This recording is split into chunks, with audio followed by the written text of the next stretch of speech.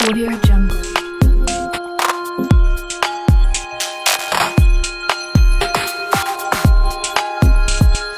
Audio Jungle.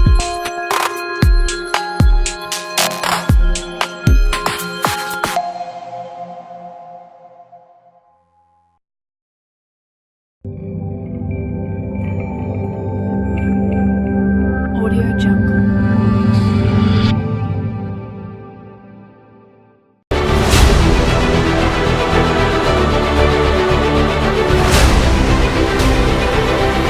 Audio Jungle.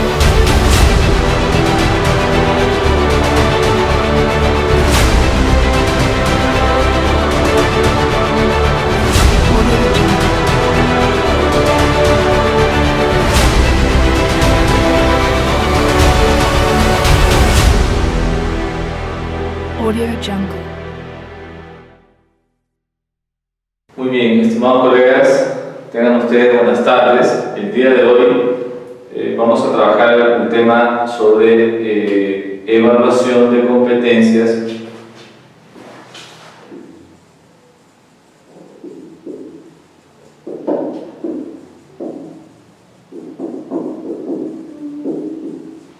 Quien les habla es el profesor Aníbal Martín.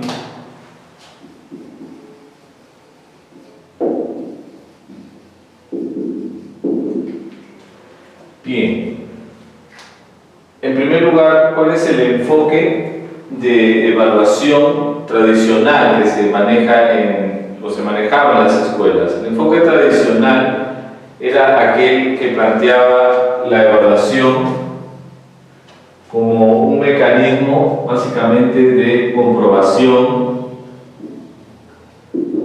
o verificación de los aprendizajes.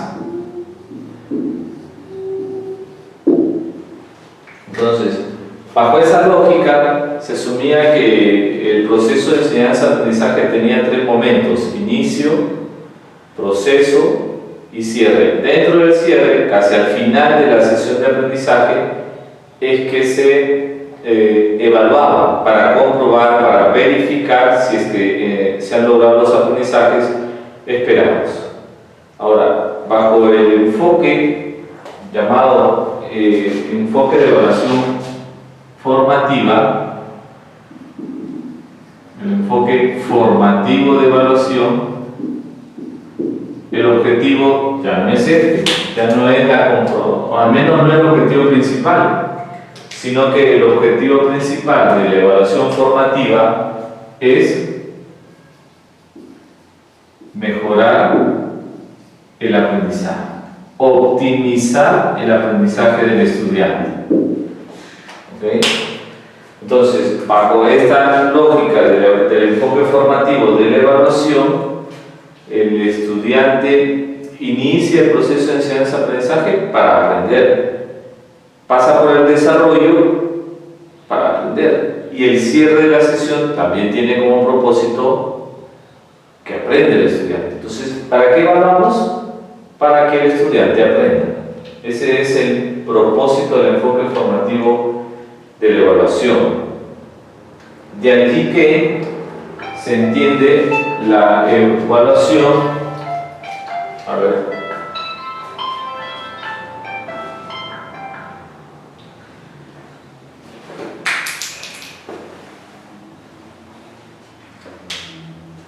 De allí que se entiende la definición de evaluación como el proceso de recojo de información, de recojo de evidencias sobre el desempeño del estudiante. ¿Para qué? En primer lugar, para poder retroalimentar el desempeño del estudiante. O sea, la intención es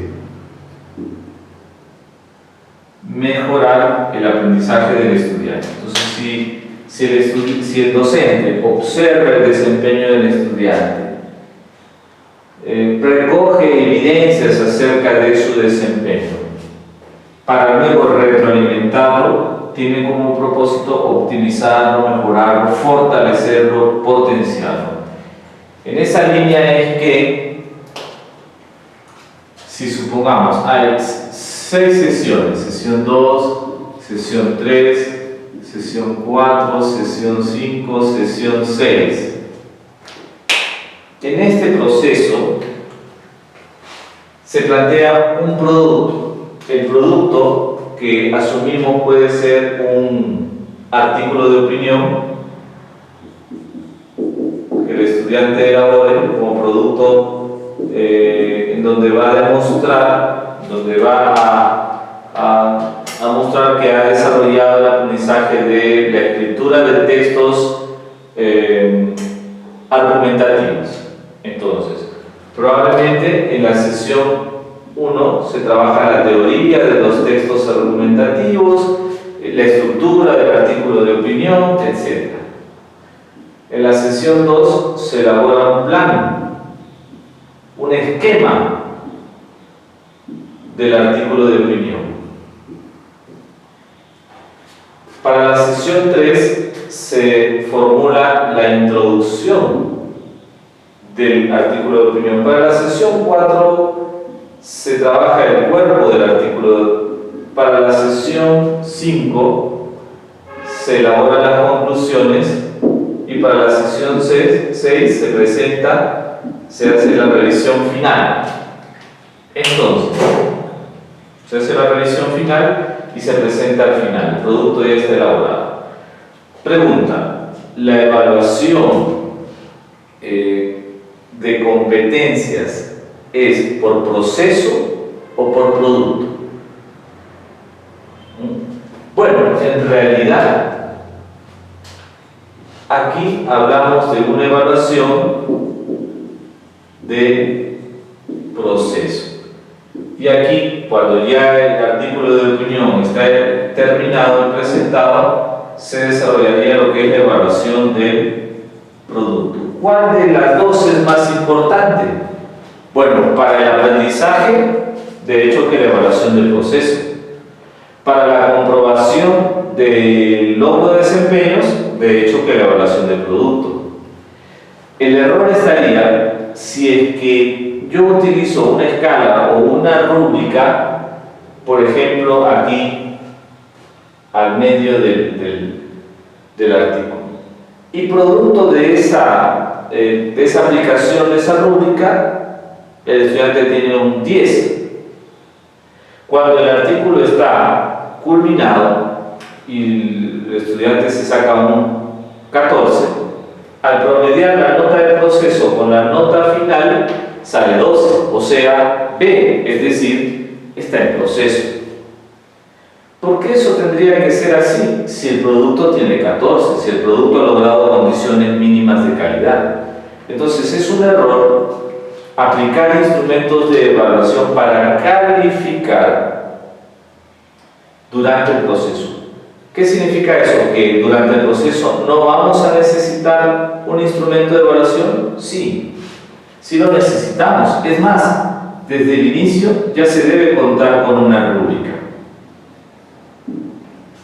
Solo que en estas 6 sesiones la rúbrica sirve al docente le sirve para retroalimentar. Y al estudiante esta rúbrica le sirve para orientar su trabajo. En cambio, ya cuando el producto está terminado, esta rúbrica sirve para, vamos a ponerlo por aquí, sirve para calificar y también retroalimentar. ¿Ok? Y al estudiante, ya cuando el producto está terminado, le sirve para hacer metacognición, reflexión acerca de su producto. Bien, Entonces, el proceso ideal para aplicar la evaluación formativa de competencias es que el estudiante reciba en la primera sesión de la unidad didáctica la rúbrica con la que se va a evaluar el artículo de opinión. En el proceso de desarrollo de la unidad de aprendizaje se van a ir elaborando, construyendo los insumos necesarios para el producto. Esto le va a servir para que el estudiante oriente estos insumos o estas partes del proceso de construcción a través de estos descriptores que están en la rúbrica. ¿Okay? Y para el docente va a poder observar los desempeños iniciales en cada etapa y poder retroalimentar adecuadamente. ¿Y qué implica una retroalimentación adecuada? La retroalimentación adecuada del estudiante implica que cumpla con ciertas características. ¿Qué características debe cumplir la retroalimentación?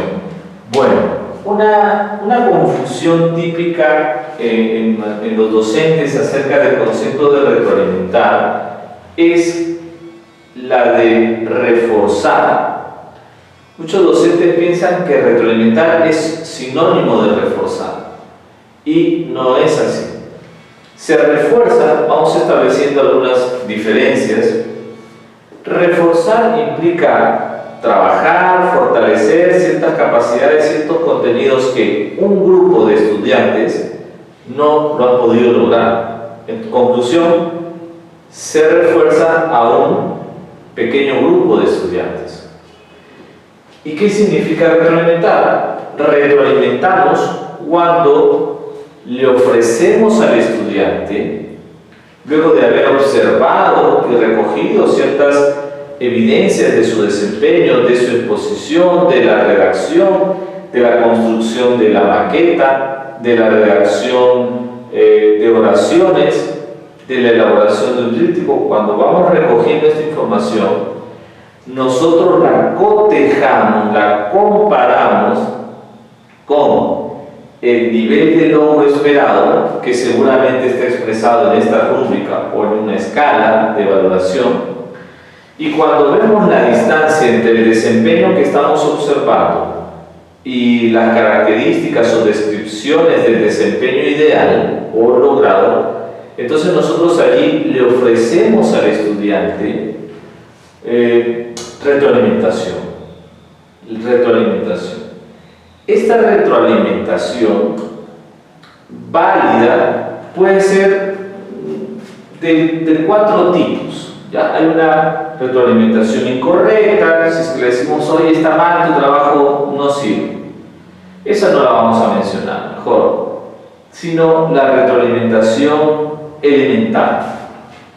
La retroalimentación elemental es aquella pues en que le decimos, está bien, esto está mal. Como un examen escrito, bien, mal, tu nota está.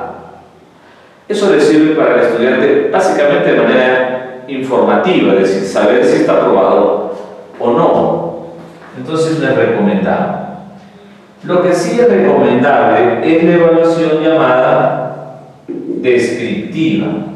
En la evaluación descriptiva, nosotros le hacemos llegar al estudiante básicamente una reflexión que hacemos de su desempeño, tanto en lo positivo como en lo que debería mejorar. Pero además, no solamente basta con decirle esto está bien y esto no, sino orientarlo o darle algunas pautas para que su desempeño pueda mejorar. Lo que se podría llamar como orientación o corrección. ¿Ok? Pero es como delinearle un poco el camino de cómo puede mejorar su desempeño. Lo ideal es que la retroalimentación que se aplique sea por descubrimiento, también llamada retroalimentación reflexiva o de reflexión. En esta En este tipo de retroalimentación, el docente lo que hace es ofrecerle al estudiante preguntas con las cuales sea el estudiante quien se dé cuenta o tome conciencia de cuáles son sus fortalezas y cuáles son sus debilidades. Por ejemplo, si en este caso en el que el estudiante está elaborando su plan, su esquema de artículo de opinión, y yo me puedo percatar que las fuentes que está utilizando el estudiante no son las más adecuadas, yo le preguntaría, observo, leo los avances, leo su esquema, leo las fuentes que va a utilizar, digo, a ver, ¿estás seguro que estas fuentes, de dónde las has tomado? De tal página web. ¿Consideras que esas páginas web son confiables? ¿Te has asegurado que la información tiene fuentes bibliográficas para que tú la puedas tomar como válidas? ¿Sí? ¿Y cuáles serían esas fuentes válidas? Entonces, yo no le estoy diciendo si está bien o si está mal, pero a través de mis preguntas yo lo voy a orientar para que reflexione y se dé cuenta de cuáles son los aspectos que puede mejorar. ¿Correcto? Entonces, válidas, la retroalimentación descriptiva, le doy una pauta de su desempeño y qué podría hacer para mejorar, o una retroalimentación por descubrimiento en la cual yo le planteo un conjunto de preguntas para que él se dé cuenta de los aspectos positivos y de aquello que podría mejorar. Se sugiere que esta retroalimentación que aplicamos a nuestros estudiantes cumpla con determinadas características. Esto viene a ser los tipos de retroalimentación. Y aquí vamos a colocar las características de la retroalimentación. Se sugiere que la retroalimentación sea oportuna. Es decir, lo ideal es que la retroalimentación sea en el proceso de construcción.